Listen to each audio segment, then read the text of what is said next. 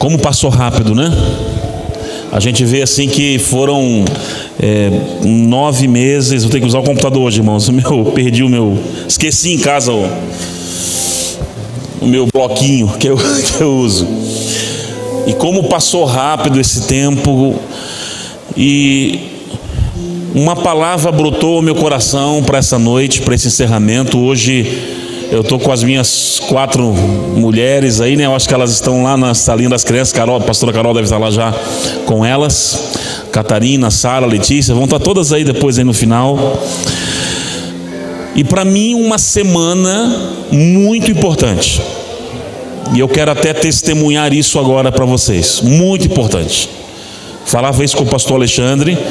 Nessa semana virou uma chave no meu ministério.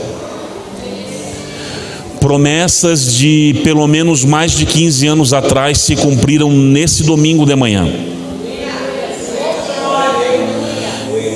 Eu sempre ouvi, desde garoto, quando convertido, profecias, promessas de Deus sobre nações.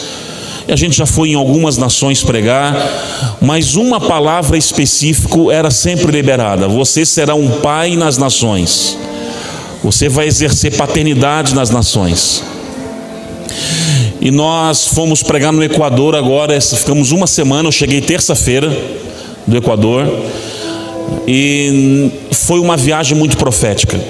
Porque eu preguei em Quito e em Cuenca. E são 2 cidades uma bem distante da outra. Atravessamos inclusive de carro o Equador inteiro. E Deus me deu uma experiência muito forte com o pastor Christian, que é lá do Equador. Ele é o pastor dessas 2 igrejas. E foi tão interessante. Deixa eu contar a experiência. Eu estava descendo de Quito para Cuenca, e uma hora nós estávamos numa equipe no carro, e eu olhei assim aquelas montanhas, realmente umas paisagens bem bonitas assim, e o Senhor falou: estou te dando a nação equatoriana em tuas mãos. Passou-se mais alguns minutos, o Senhor voltou a falar: estou te colocando como um pai nessa nação. E não deu uns 10 minutos, o pastor Cristo, assim com os olhos marejados, olhou para mim e falou: terás que seres mi padre. E começou: tu vai ser meu pai, tu vai ser meu pai. Porque ele recebeu uma profecia de anos atrás, que a cobertura espiritual dele não seria um pastor equatoriano, seria um estrangeiro que um dia ele iria conhecer. E ele tentou várias vezes procurar cobertura dentro do Equador, e nunca dava certo. Rejeitavam ele, ou acontecia alguma coisa aqui em cima, e o Senhor sempre lembrando ele da profecia: teu pai espiritual será estrangeiro, será de outra nação. Então quando nós chegamos lá, o Espírito Santo falou para ele: aí está o teu pai. E foi uma experiência muito forte no domingo de manhã, onde nós oficializamos diante das igrejas dele a cobertura espiritual. E ali virou uma chave, aonde o Senhor falou: lembra que eu te falei que você seria pai sobre as nações, e eu escolhi que a primeira nação que você exercesse paternidade fosse justamente o Equador, porque lá no Equador está a linha, né? Eu até fui naquele monumento, Metade del Mundo, né? A metade do mundo, onde você bota um pé no hemisfério norte e o outro no hemisfério sul. E o Senhor falava comigo: por que aqui o início? Porque eu vou te dar filhos espirituais, tanto na região, no hemisfério norte como no hemisfério sul. Então foi muito profético. Essa é uma semana, eu compartilhei no culto com a igreja ontem, que foi uma semana onde virou uma chave. Ou seja, eu transicionei. Assim como eu sei que esses 9 meses, lembram, fala de uma gestação, de um transicionamento de uma criança que então estava aqui dentro, que você sente, tem reações no seu corpo, mas quando ela sai é tudo diferente. As posições são diferentes, o cuidado é diferente. Agora você está vendo, está na mão, está nos seus braços. Transicionou de dentro agora para fora. Então não podia terminar falando nesses 9 meses a não ser outro assunto que não seja transições, porque é isso que Deus promoveu e está promovendo nesse tempo, na minha vida e na vida de vocês também, porque eu vi que vocês nesse tempo também transicionaram. Até uma nova igreja surgiu nesses 9 meses. uma influência geográfica, até de cobertura do próprio pastor Alexandre também, no mesmo espírito acontecendo aqui. Então, há um transicionamento de uma igreja local, que bebe dos rios do Senhor, que é, enfim, para também uma igreja que vai gerar paternidade num nível, numa extensão maior. Então, entendam, estamos vivendo dias de transição. E quem não entende esse tempo de transição pode perder a plenitude do comissionamento de Deus naquilo que Ele está fazendo nesse tempo. Então, para falar de transições na Bíblia, há muitas transições na Bíblia, muitas.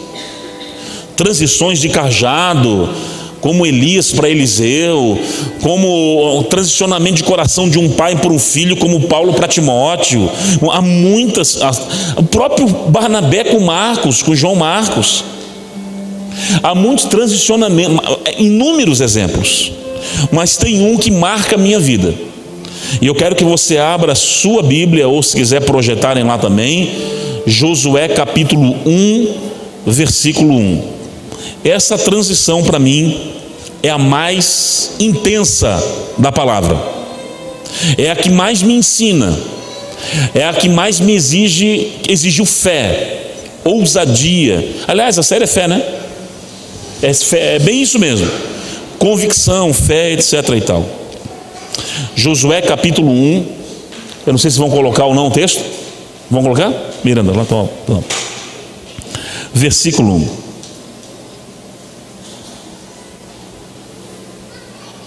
E sucedeu depois da morte de Moisés. Até aqui.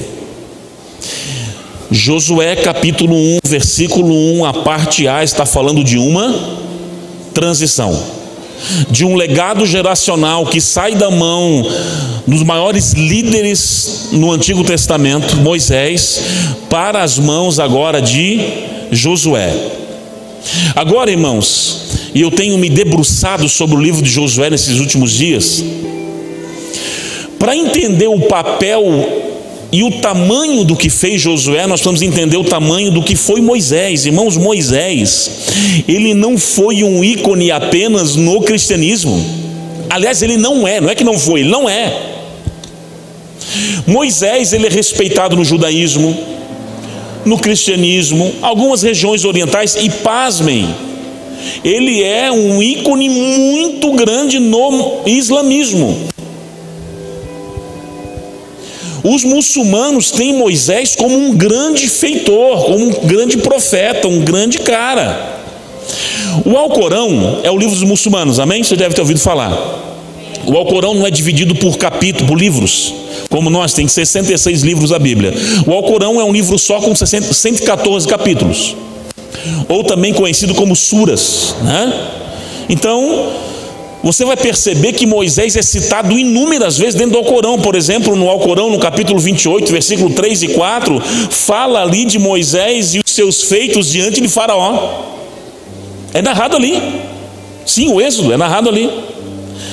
Um dado para você ficar espantado: Moisés é citado 136 vezes no Alcorão. Irmão, é muita coisa.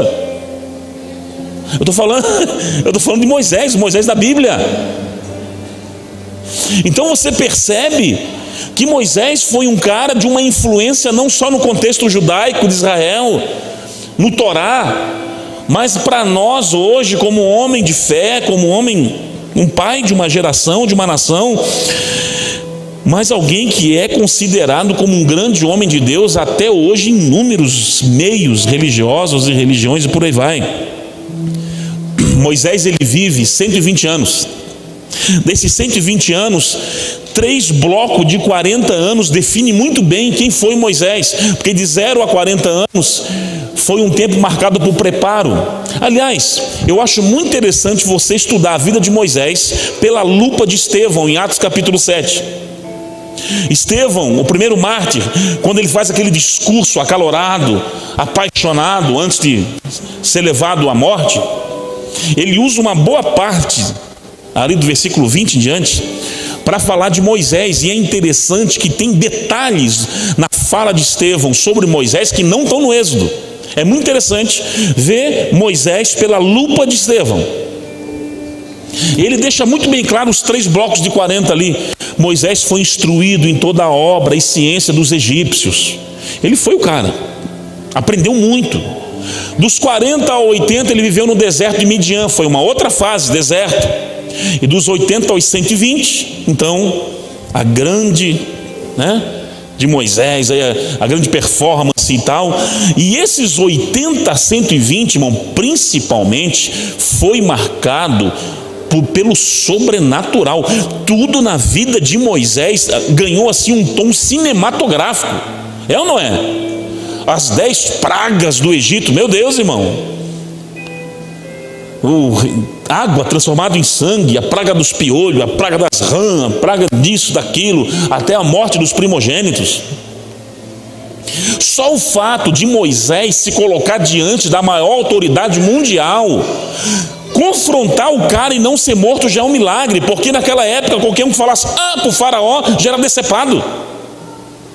E ele não entra não é uma vez, entra várias vezes diante de faraó e confronta o cara, libera o povo. Então o homem era revestido de uma autoridade muito peculiar. Aí você imagina, sai o povo, acontece a matança toda em Israel, no Egito. Agora, pensa na cena que deve ter sido para quem presenciou a abertura do Mar Vermelho, cara. Eu não sei, eu não consigo nem imaginar uma cena dessa. Você assim, no tete a tete, vendo visualmente aquilo. Você pensa, você passando em seco agora no meio daquilo. Tudo na vida de Moisés tem entornos cinematográficos. Aí, nuvem durante o dia, cobrindo no deserto. Nuvem à noite, bate na rocha, a rocha da água. O cara fica numa montanha vários dias falando com Deus, desce com tábuas e entregando os mandamentos. E quando não é entregando o mandamento, ele desce com o rosto transtornado, no caso, na verdade não transtornado, mas modificado em glória, ao ponto de ter que estar usando um véu pela cabeça. Um véu. Moisés é o cara que pregou para Deus. Não, se tu não for com a gente, o que as nações pagãs vão dizer? Não é assim não. Moisés pregou para Deus. Aí um dia, aliás, chega o princípio natural. O cara não vai ficar para sementinha, Acabou o ciclo dele, morreu. Aí Deus chama agora Josué, filho de Num. Você vai substituir o meu servo Moisés. Bom, agora eu vou te dizer uma coisa.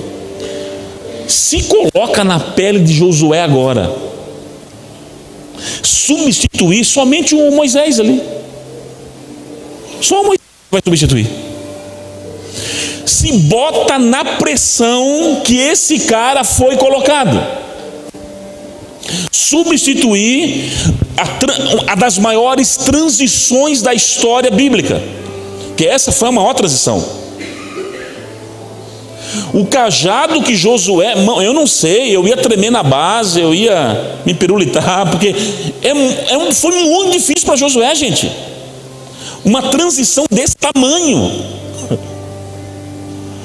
Você assumiu o posto de nada mais, nada menos do que um dos maiores ícones da história de Israel. Com certeza anseios, temores, medo de não agradar. Porque eu vi um pastor, não foi um pastor, foi um outro amigo meu dizendo que é até como um time de futebol, num campeonato aí brasileiro, você assumir um time numa zona de rebaixamento e ganhar 3, 4 partidas e tirar o time daquele sufoco, você é rei. Agora assumir um time que está bombando, perder 1, 2, você já é muito mais difícil assumir algo bombando do que algo no caos. Porque o que está no caos, pior que está não fica. Qualquer coisa que você fizer, já entra para a história. Então Josué está assumindo, o cara que é o cara. Agora você entende porque no capítulo 1 de Josué está o tempo inteiro: ser forte, meu filho, ser corajoso. Levanta a cabeça, vai dar certo, eu estou contigo. Porque a alma, com certeza, de Josué estava debilitada, no sentido de medos terríveis. A comparação, que é inevitável. E aliás, irmãos, o ser humano, ele tem medo do novo. O ser humano tem medo do novo. Pode colocar lá Deuteronômio 1:38, enquanto ele vai procurando. O ser humano é natural. Todo ser humano, ele tem medo do novo passo, da nova etapa. É a troca de trabalho, é a troca geográfica, é um novo passo espiritual, é natural nosso. O problema é que alguns, esse medo paralisa ao ponto de não avançar e não transicionar. Outros conseguem ter o equilíbrio e a maturidade para gerenciar esses temores e viver aquilo que Deus tem para a vida deles. Não foi não, toda transição, ela não vem como um tapa na rosca do teu ouvido assim, do dia para a noite. Não vem assim. Deuteronômio 1:38. Isso é de Deus. Deuteronômio, isso aqui é maná. Também maná. Deuteronômio 1:38, você vai perceber com Moisés ainda vivo. Olha só, Moisés falando com Josué: Josué, filho de Num, que está diante de ti, ele ali entrar lá, fortalece. Deus já estava falando para Moisés: Moisés, o teu sucessor será Josué.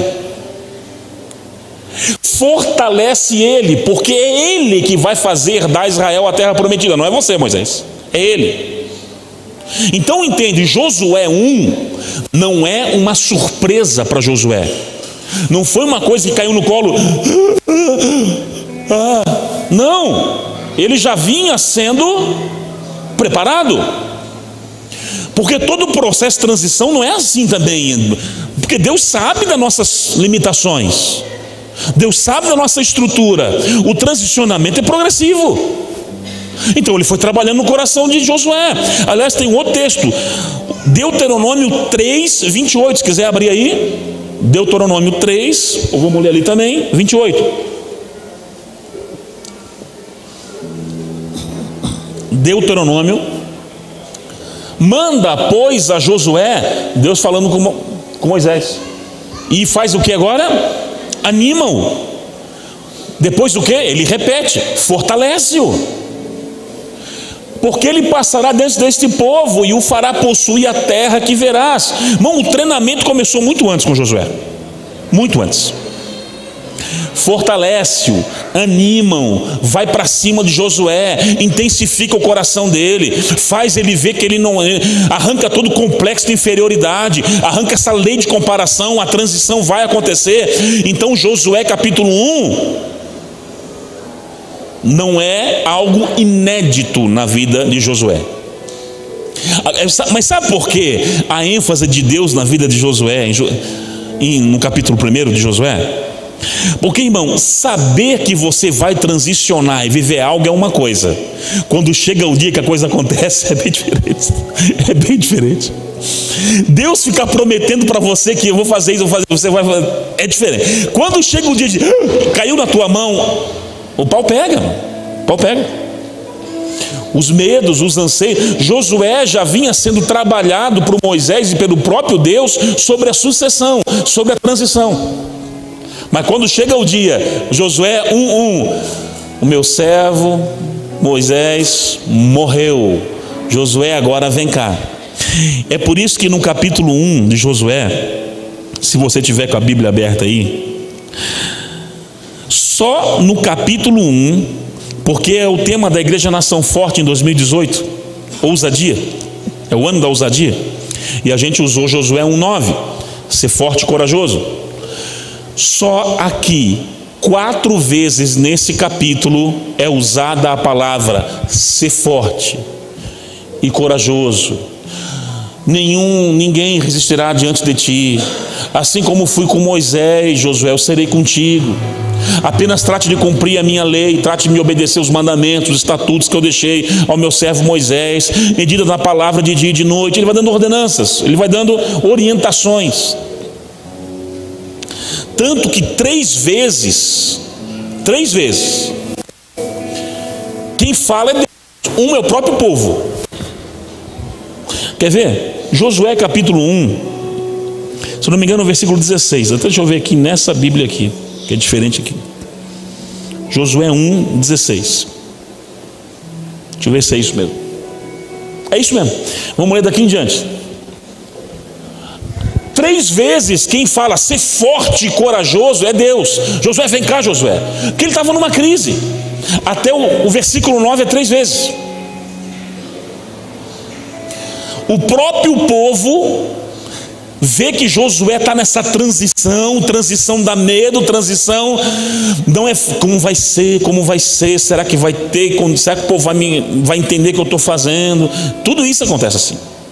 E no versículo 16 o próprio povo levanta a voz e fala com Josué. Eles responderam a Josué dizendo: tudo quanto nos ordenar nós faremos. O povo, ele faz uma aliança com Josué. Aonde você nos enviar, pode ser para debaixo da ponte, comer pedra, nós iremos. O outro versículo 17: como em tudo que nós ouvimos a Moisés, nós vamos te ouvir também, Josué. Tão somente, eles botam só uma condiçãozinha só: que o Senhor teu Deus seja contigo assim como foi com Moisés. Se Deus for contigo, cara, como foi com Moisés, pode mandar a gente comer pedra que a gente come. E aí no último versículo 18, todo homem, inclusive eles fazem um pacto de lealdade a nível hard. Todo homem que for rebelde às tuas ordens e não ouvir as tuas palavras em tudo quanto mandares, esse cara a gente mata, a gente acaba com ele. Morrerá. E aí de novo agora o que o povo faz? O povo replica as mesmas palavras do próprio Deus que 3 vezes anteriormente havia falado no coração de Moisés. Cara, ser forte, tenha fé, seja corajoso, Deus é contigo, nós estamos contigo também. Então, irmão, você vê que o coração de Josué é trabalhado nessa transição o tempo inteiro.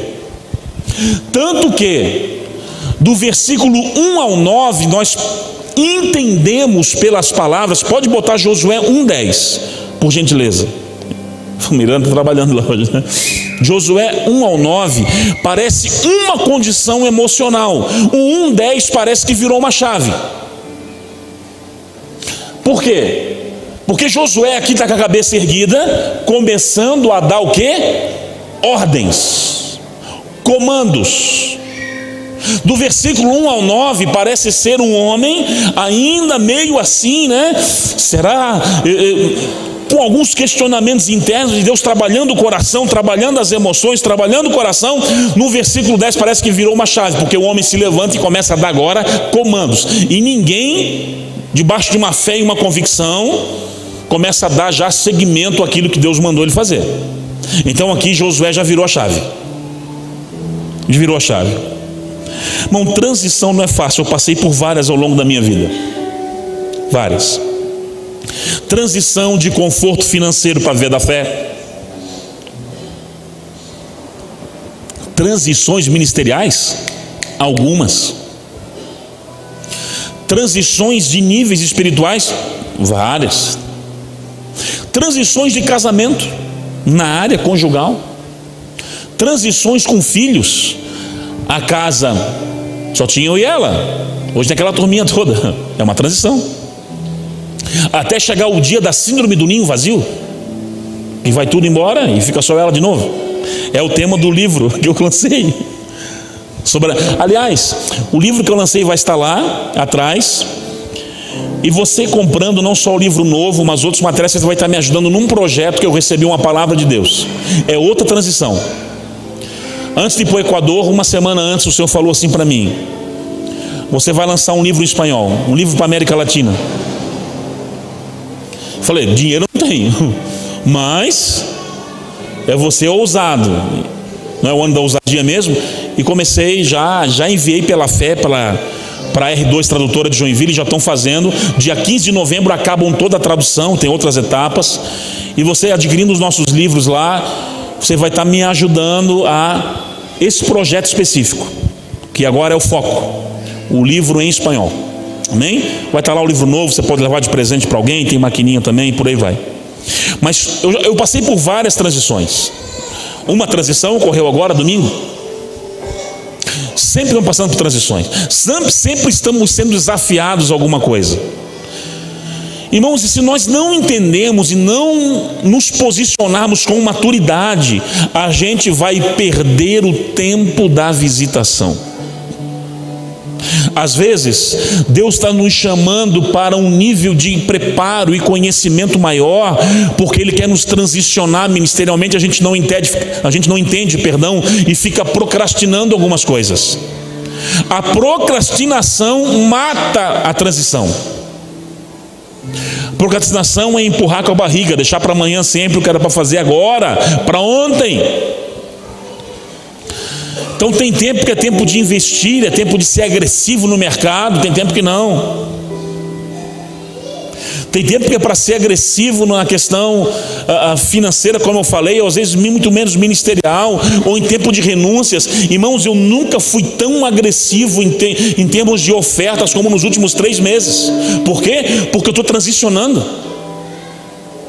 Irmão, o que nós fizemos essa semana lá, não dá nem para contar, vamos chamar de louco. Sementes que eu nunca fiz na minha vida, porque todo período de transição requer sacrifícios, requer você fazer o anormal para receber o sobrenatural.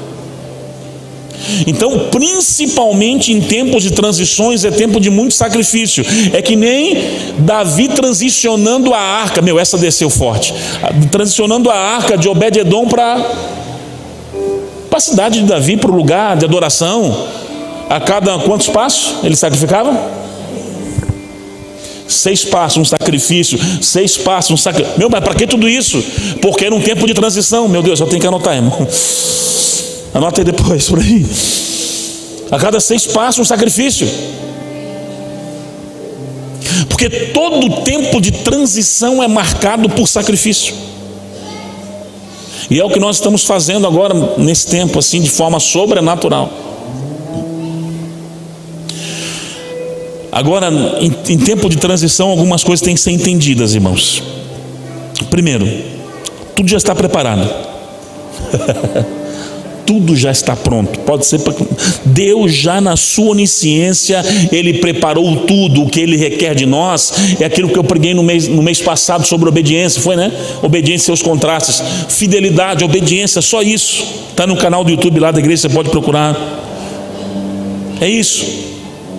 Porque quando você está nesse processo de obediência, irmãos, Deus vai usar e promover conexões espirituais para que o propósito de Deus se cumpra na sua vida. E olha, Ele usa às vezes o mais improvável que você possa imaginar. A transição, como ela dá medo, irmão, eu me lembro quando Deus, eu no meu auge profissional, numa multinacional mundial, cheguei a um dos topos mais altos como consultor, ganhando prêmios, dinheiro. O Senhor fala assim: estou transicionando você, larga tudo e vai viver da fé. Aliás, da fé todo mundo vive, mas eu digo, vai viver na minha dependência de uma forma diferente. Pensa no susto, os temores, os medos, nascendo uma segunda filha, e aí vai viver do quê? Fralda, poglós e tudo aquilo que você sabe. Que vai ser como esse negócio? Transição dá medo, porque muitas vezes é um passo a princípio para você no escuro, mas para Deus não, tudo já está preparado, tudo já está pronto.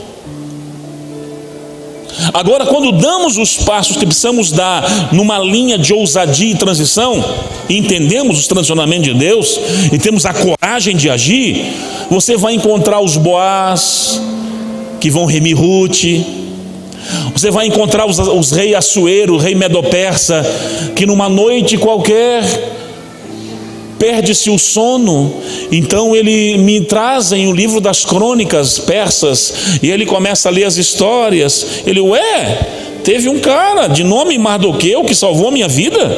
Não sabia disso, não lembrava. O que se fizeram, o que fez para esse cara? Deram algum prêmio? Aí não deram nada para ele não. Eu falei, como?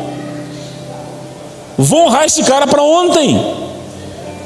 O Mardoqueu estava prestes a ser morto, mas ele estava vivendo um tempo de transição também, do anonimato ao governo.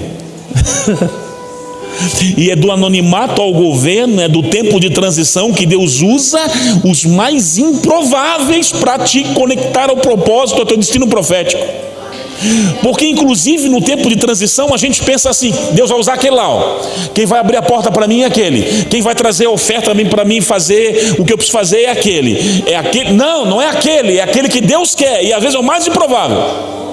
É os mais improváveis que Deus usa nos tempos de transição. Vai bater na tua porta, cara, aquele que você... Não, tu não pode. Meu Deus. Mas é ele mesmo. É ele mesmo.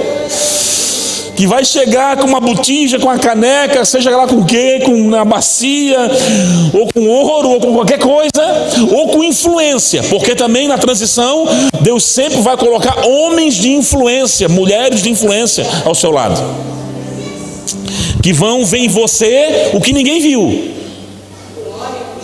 mas Deus vê. Mas Ele faz esse homens de influência enxergar em você o que Deus já vê, e o que o resto das pessoas não podem nem estar vendo, mas o que Deus já vê sobre você, essas pessoas vê. É Boaz olhando Ruth. Quem é essa moça? Não, a Moabita. Não, ela tem algo diferente. Boaz começou a ver Ruth com os olhos de Deus. E não só ver com os olhos de Deus, mas ao ponto, é muito fortíssimo, mas ao ponto de chamar ela como sua esposa, remir toda uma geração, uma linhagem de Elimeleque, irmão. Deus faz isso. Ele usa improváveis. Eu comecei essa série no primeiro mês falando sobre o improvável publicano, e nós vamos encerrar nessa noite indo pelo mesmo caminho, Deus usando improváveis agora para te impulsionar ao destino profético. Por isso, outra que desceu aqui quente, em tempos de transição você precisa estar atento. Em tempos de transição você precisa estar... Tá gravando, Mina? Tá gravando, né? Eu preciso ouvir essa mensagem de novo, cara. Eu vou ter que ouvir essa mensagem de novo. Tá descendo uns negócios assim que eu preciso, não tá nem aqui mais. Em tempos de transição, você precisa estar vigilante, atento a tudo, as sinalizações proféticas, as plaquinhas erguidas pelo Senhor, indicando os caminhos. Vai, para, sinaliza, proibido estacionar, vai, avança, sinal vermelho, sinal amarelo, sinal verde. Tem que estar atento, porque algumas alavancadas de Deus vão vir dos lugares, como eu te falei, menos improváveis. Então, não desvalorize pessoas, ambientes, geografias e pequenos começos, porque ali muita coisa pode ser estabelecida. Muita coisa. São dias que eu estou muito atento. Eu estou transicionando em muita coisa, eu e a minha casa.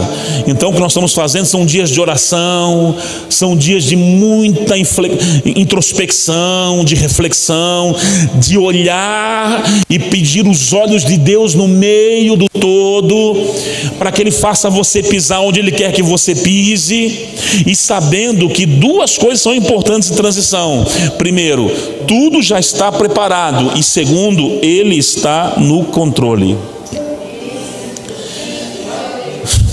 Na transição Ele sempre estará no controle, irmãos. Por Ele estar no controle, Ele vai te ensinar a dependência e a confiança, porque às vezes as estratégias de guerra vão ser a mais louca do que você possa imaginar. Josué, você entendeu que você é forte e corajoso? Sim, entendi, Senhor. Você entendeu? Então, primeira cidade para você conquistar, qual? Jericó. Você vai mandar os flecheiros, vai mandar uma bomba atômica lá, vai explodir tudo. Não, o que Deus manda o cara fazer? Circula em silêncio.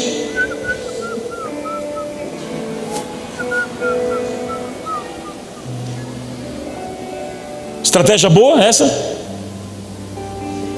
Boa. Você faria? E no último dia, solta a bomba? Não, no último dia grita. toca o sofá, faz barulho, toca a buzina. Em tempos de transição, entenda que Ele está no controle, mesmo que o direcionamento pareça ser uma loucura aos teus olhos, mas dele não é. Dele não é. Então, se é para avançar, avance. Eu tenho avançado em muitas trincheiras, não só nesse livro de espanhol, em algumas coisas que eu sei que Ele está mandando. Senhor, está nas tuas mãos. Eu sei que quem manda paga a conta, provê todas as questões necessárias. Então estamos avançando, e vai chegando, e Deus vai fazendo, e vai, porque é um tempo de muita ousadia, de fé, de convicção, de ser fortalecido no Senhor. Agora, irmãos, o que você não pode é perder o tempo da visitação de Deus. Não pode perder. Não dá para perdermos como nação brasileira, como igreja Koinonia, como corpo de Cristo, e você, não só dentro do discernimento coletivo, mas na sua individualidade, perder o tempo da visitação de Deus. Porque Deus está promovendo mudanças, transicionamentos, a começar por nós e também em todo o seu corpo. Você tem percebido como as coisas têm acontecido com tanta velocidade? Aquilo que a princípio poderia ser gerado em 5 anos, sendo gerado em 2, 3, em 4, em 1 em 4. Temos percebido isso, e pessoas posicionadas, alinhadas, obedientes ao comissionamento celestial estão caminhando debaixo de muita velocidade. Muita velocidade. Agora, irmãos, Deus inclusive está transicionando estruturas. Eu moro numa rua que é do lado de uma grande empresa, na verdade uma empresa nacional muito forte de eletrodomésticos. Aqui, a rua aqui, onde vai para minha casa, e aqui é a empresa. E na rua, no lado dessa empresa, tem uma estrada que é para os caminhões dessa empresa, ou empresas que vêm trazer, chegarem, que é uma empresa enorme, assim, de mais de 1 quilômetro de extensão, lá atrás, e colocar. Só que alguns caminhoneiros de fora, às vezes, erram a rua e entram na minha. Só que é uma rua curta para umas carretas daquele tamanho. Então, às vezes, aparece aquelas Scanias e errei. E agora vai transicionar de um ponto para um outro, uma carreta daquele.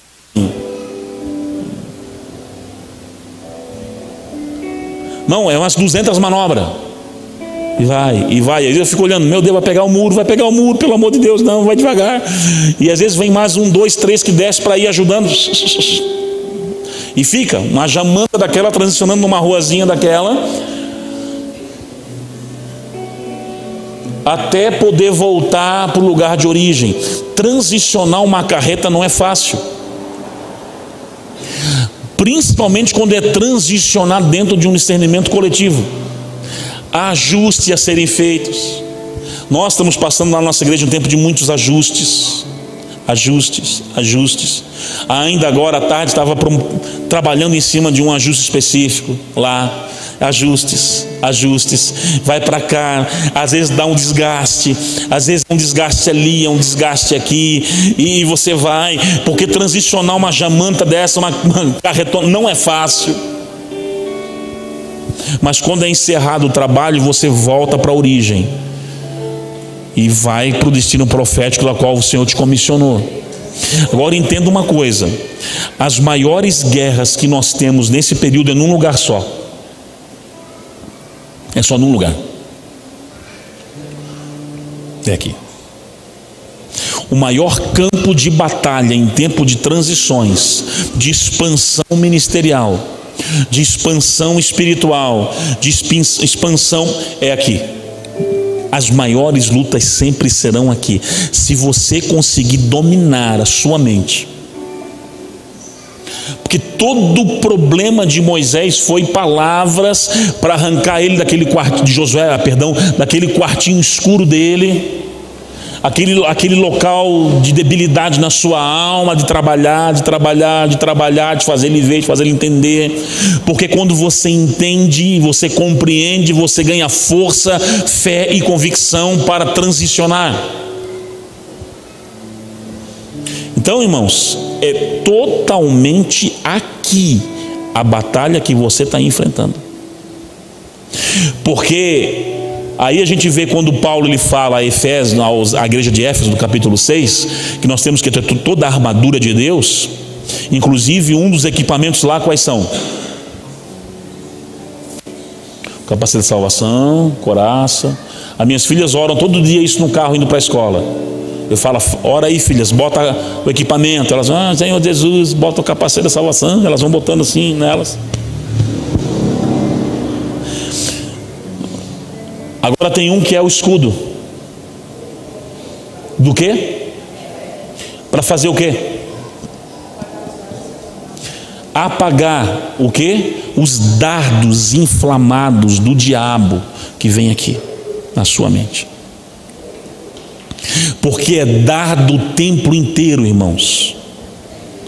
Eu tenho sofrido muitas opressões e na mente, o diabo querendo colocar coisas, e eu orando e falando em línguas e liberando aquilo. Não, eu rejeito, porque todo tempo de transição são batalhas terríveis na mente.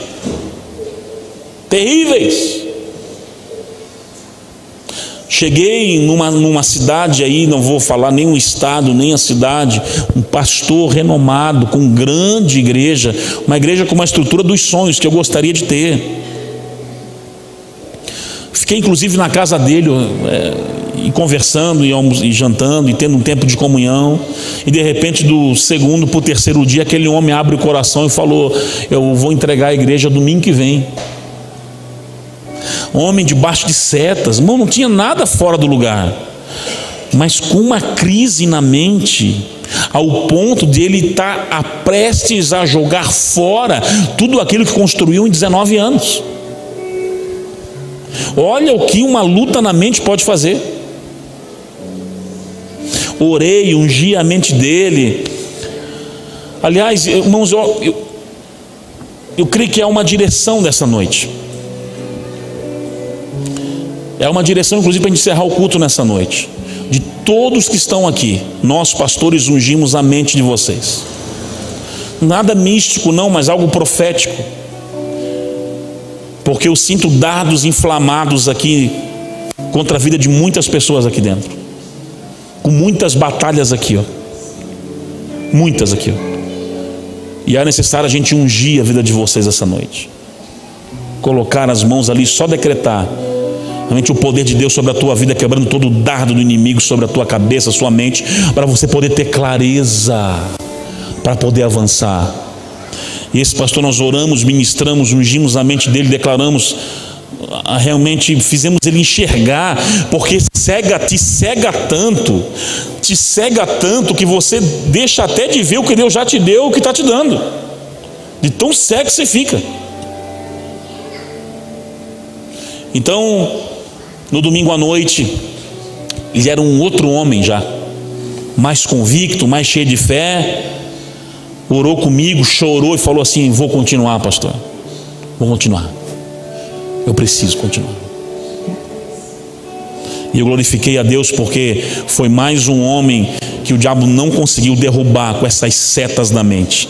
Porque se você continuar, não se deixar abater, transicionar, o que vai acontecer com você, o que aconteceu com Josué. Josué 24, o versículo 29, por gentileza.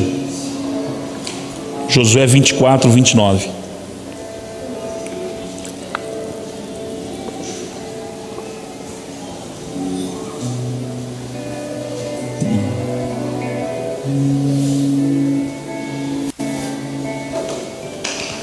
Último texto da noite, Josué capítulo 24, versículo 29.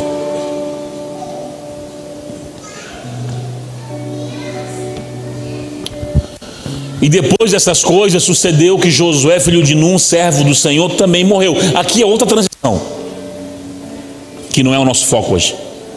Aqui já é uma outra transição. Ele morreu com quantos anos? 110. Próximo, 30. Sepultaram no termo de sua herança em Timnat-Será, que está no monte de Efraim, para o norte do monte de Gaás. 31.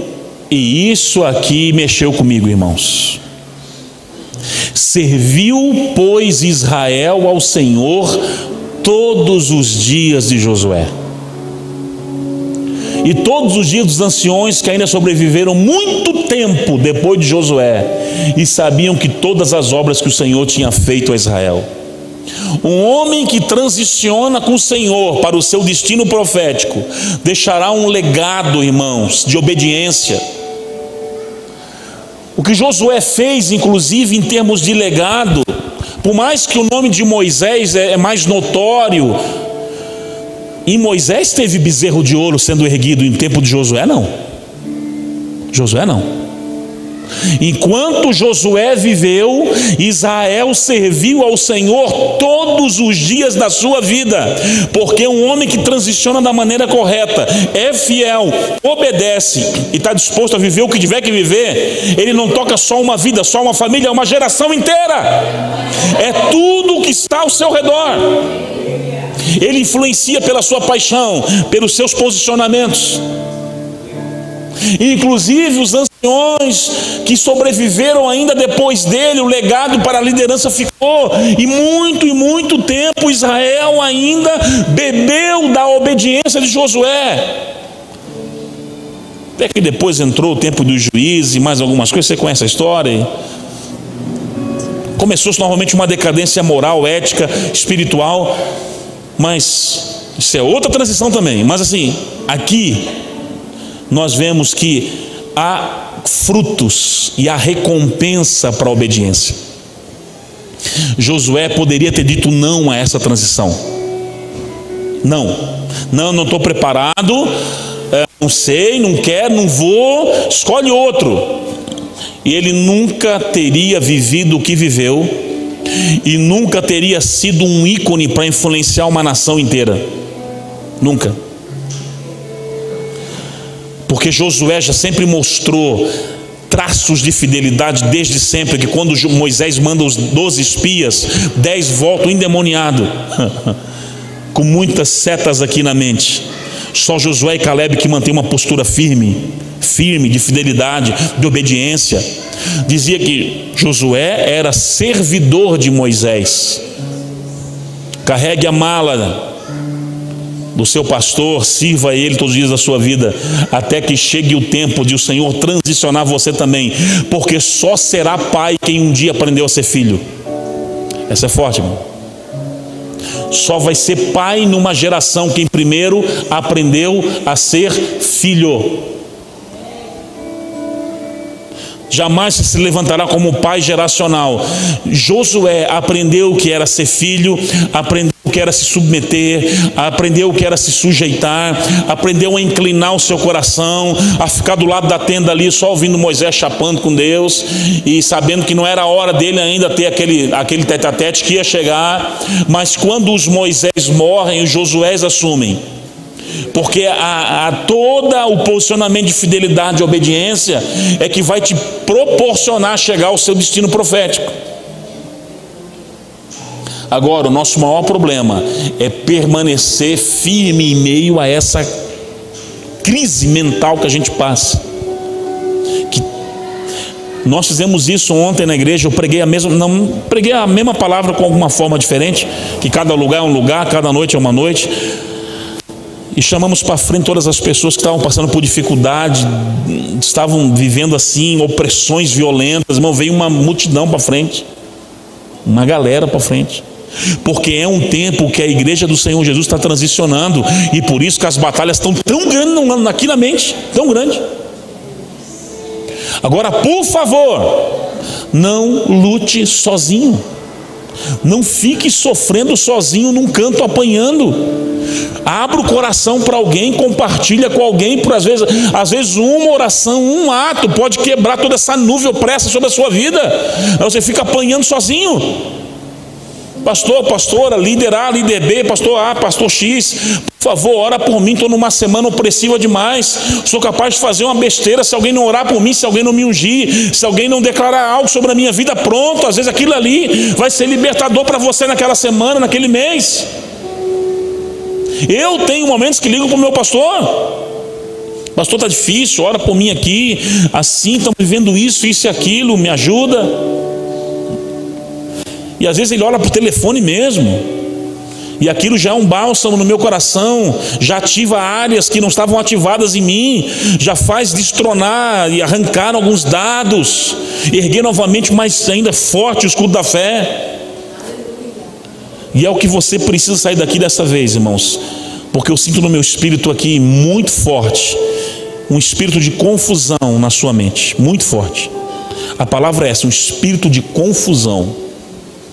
Está querendo te confundir para você perder o foco e perder o propósito, para você perder o eixo, para você desviar do rumo que Deus colocou para você. Duas palavras proféticas nessa noite, é essa que eu acabei de falar, e distrações. O diabo está trazendo distrações para te roubar do propósito, para te roubar do foco. E para encerrar, vou contar uma historinha. Eu fui conversar com um pastor amigo meu na cidade de Balneário Camboriú. E a geografia de Santa Catarina é mais ou menos assim. Eu estou aqui em Balneário. Passando aqui tem a entrada de Brusque, um pouquinho mais Itajaí, onde está a igreja do apóstolo Luiz Hermínio. Um pouco mais lá à frente um trevo grande que vai para Blumenau, Pomerode, umas cidades bem bacanas. E aí o aeroporto de Navegantes, que é o que a gente sempre usa. E eu estava em Balneário Camboriú, comentando alguns projetos com esse pastor. Ele falou assim: André, vamos montar aqui uma cena, eu e você. Amém. Estamos em Balneário Camboriú, nosso destino final e foco, aeroporto de Navegantes, lá na frente. Saímos com o carro e fomos andando, ok. 10 quilômetros à frente, uma entrada à esquerda para Brusque.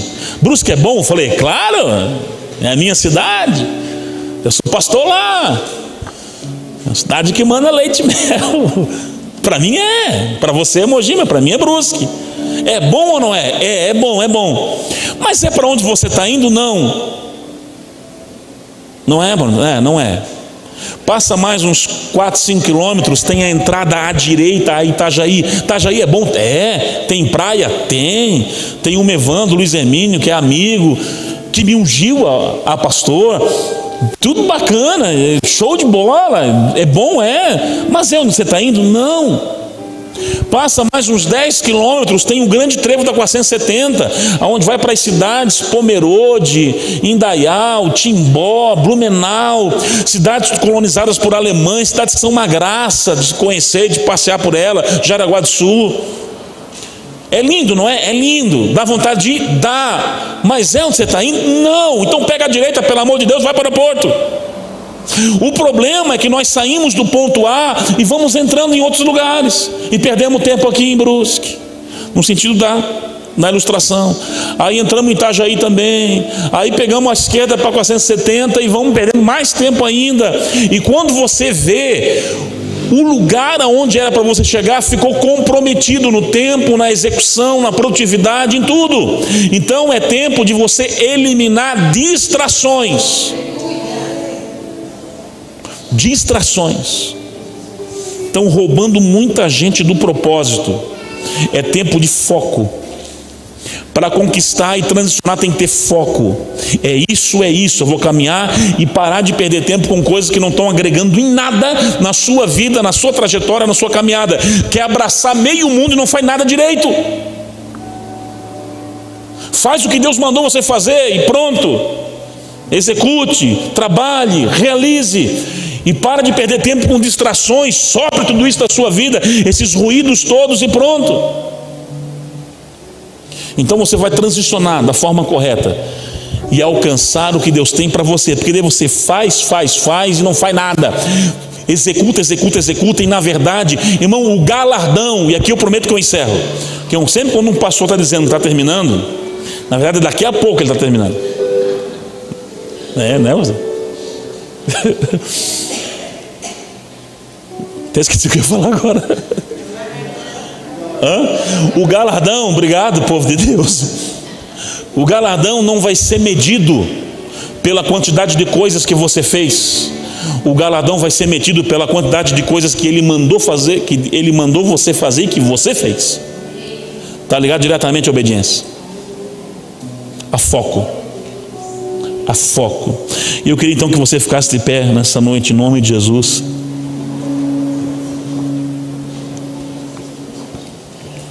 Posso chamar os pastores da casa aqui, por exemplo? Eu queria chamar os pastores dessa casa aqui na frente, para ficar aqui. Os pastores que estão aqui na casa.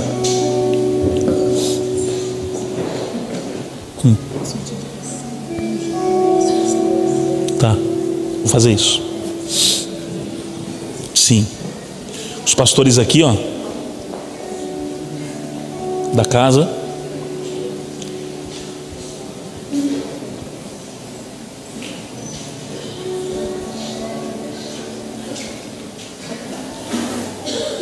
Bom, nós vamos fazer o seguinte, nós temos que ungir, irmãos, porque assim, e inclusive tomem cuidado, hein, pastores.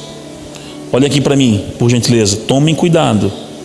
É um tempo que o diabo está trabalhando com muitas setas de divisão, de contendas, para dividir, para enfraquecer, para afastar o coração do outro. Não deixe setas entrarem no coração de vocês. Se tiver alguma coisa, em amor e respeito, conversa, alinha, extrai o que tiver que extrair. Mas é um tempo que o diabo quer dividir para enfraquecer. Aí se perde o poder da transição. Porque numa transição